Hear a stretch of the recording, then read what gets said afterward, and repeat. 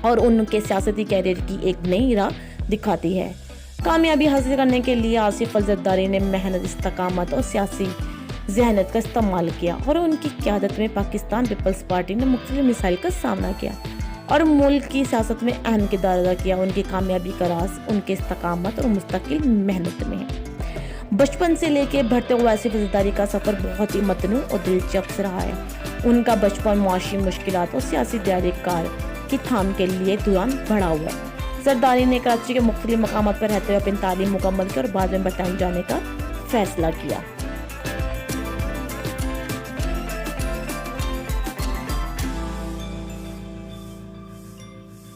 جی تو پیارے دوستو، اگر ہم آصف علی زرداری کی سیاسی کیریئر کے بارے میں بات کرتے ہیں کہ اب تک انہوں نے کس طرح سے کیریئر اپنا بنایا، تو انہوں نے 18 ستمبر 1987 کو بے نظیر بھٹو سے شادی کی۔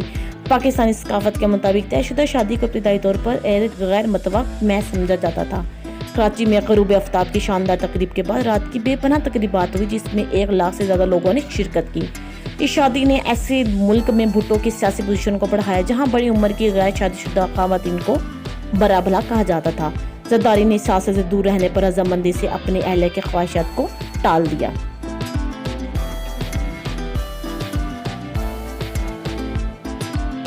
آصف علی زرداری کا ابتدائی سیاسی کیریئر ناکام رہا۔ 1983 میں وہ سندھ کے شہر نواب شاہ میں ضلع کونسل کی نشست کے لیے الیکشن ہار گئے، جہاں ان کے خاندان کے پاس ہزاروں ایکڑ کھیتی ہیں۔ اس کے بعد وہ ریل اسٹیٹ میں چلا گیا۔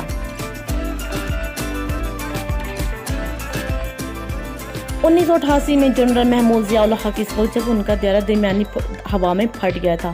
چند ماہ بعد بھٹو پاکستان کی پہلی خاتون وزیر اعظم بنی، جب ان کی پارٹی نے 1988 کے انتخابات میں 2007 میں سے 94 نشستیں جیتی۔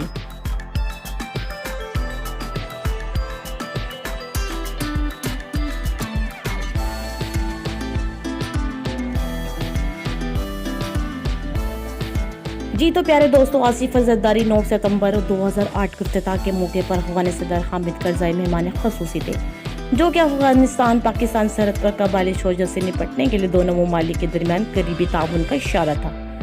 1998 میں انتخابات کے بعد زرداری نے آئینی شق کی منظوری دینے کا وعدہ کیا، جس نے پارلیمنٹ کو برخاست کرنے کے صدر کے اختیار کو ختم کر دیا، لیکن عوام میں شکوک و شبہات برقرار رہے کہ آیا وہ اپنے دعوے پر عمل کریں گے۔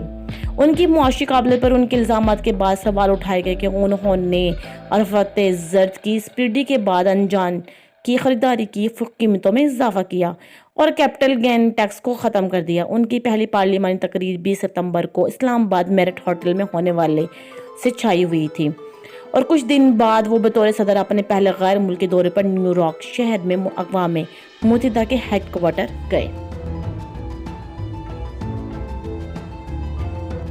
سیاست میں داخلہ لیتے وقت تک زرداری کو معاشی مسائل کی تھام اور سیاسی فراہمی کی بنا پر پیپلز پارٹی کی قیادت کی طرف رجوع کرنا پڑا۔ ان کی سیاسی سوچ ماں کی قیادت کی طرز پر متاثر ہوئی، جس نے ان کے سیاسی کیریئر کو نئے رخ کی طرف بڑھایا۔ آصف علی زرداری نے اپنی قیادت میں پیپلز پارٹی کو مختلف سیاسی مسائل کا سامنا کرنا پڑا، جیسے کہ مالیاتی اموار اور مختلف سیاسی تنازعات۔ ان کی قیادت میں پیپلز پارٹی نے ملک کی سیاست میں اہم کردار ادا کیا اور مختلف مسائل کا حل تلاش کیا۔ زرداری کی کامیابی کا راز ان کی استقامت، محنت اور سیاسی ذہنیت میں ہے۔ انہوں نے مختلف مشکلات کا سامنا کیا، لیکن ان کی محنت اور استقامت نے انہیں کامیابی کی سرگرمی میں آگے بڑھایا۔ زرداری کو بہت سی مشکلات کا سامنا کرنا پڑا۔ وہ اپریل 2005 میں لاہور پاکستان واپس آئے۔ پولیس نے اسے ہوائی اڈے سے اس کے گھر تک لے جا کر ریلیاں کرنے سے روک دیا۔ انہوں نے پرویز مشرف کی حکومت کو تنقید کا نشانہ بنایا، لیکن مشرف کو اور پیپلز پارٹی کے درمیان مفاہمت کی افواہیں بڑھتی گئیں۔ زرداری مئی 2005 میں دبئی واپس چلے گئے۔ جون 2005 میں انہیں دل کا دورہ پڑا اور متحدہ عرب امارات میں ان کا علاج کیا گیا۔ پیپلز پارٹی کے ترجمان نے بتایا کہ ان کے امریکہ میں انجیوپلاسٹی ہوئی ہے۔ ستمبر 2005 میں وہ بدعنوانی کے الزامات پر راولپنڈی کی سماعت کے لیے حاضر نہیں ہوئے تھے۔ عدالت نے وارنٹ گرفتاری جاری کر دی۔ ان کے وکلا نے کہا وہ نہیں آ سکتے کیونکہ وہ اپنے علاج سے صحت یاب ہو رہے تھے۔ راولپنڈی کی عدالت کی درخواست کے بعد انٹرپول نے جنوری 2006 میں جوڑے کے خلاف ریڈ نوٹس جاری کیا، جس میں رکن ممالک سے جوڑے کی حوالگی کا فیصلہ کرنے کا مطالبہ کیا گیا۔ اور جب بھٹو نے ستمبر 2007 میں پاکستان واپس آنے کا اعلان کیا تو ان کے شوہر نیو یارک شہر میں زیر علاج تھے۔ اکتوبر 2007 میں کراچی میں ہونے والوں کے بعد جس نے بھٹو کی واپسی کو داغدار کر دیا۔